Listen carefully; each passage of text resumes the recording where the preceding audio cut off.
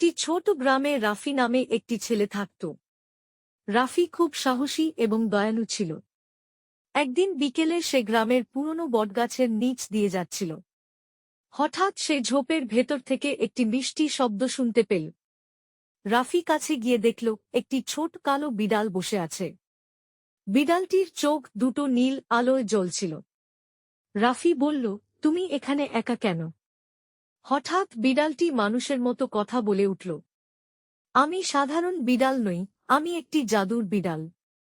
রাফি অবাক হয়ে বলল, তুমি কি জাদু করতে পারো?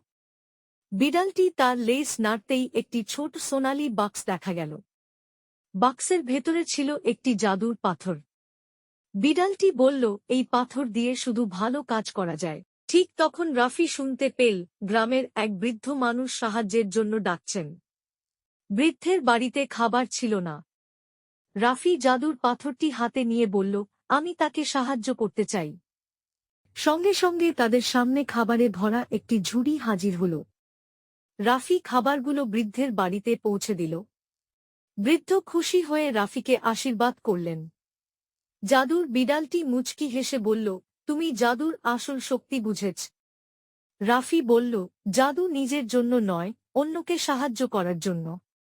বিড়ালটি খুশি হয়ে তার লেজ নাড়ল। তারপর চারপাশে নীল আলো ছড়িয়ে পড়ল। এক মুহূর্তের মধ্যেই বিড়ালটি অদৃশ্য হয়ে গেল। রাফি আকাশের দিকে তাকিয়ে হাসল। সেদিন থেকে সে প্রতিজ্ঞা করল, যতদিন পারবে মানুষের উপকার করবে।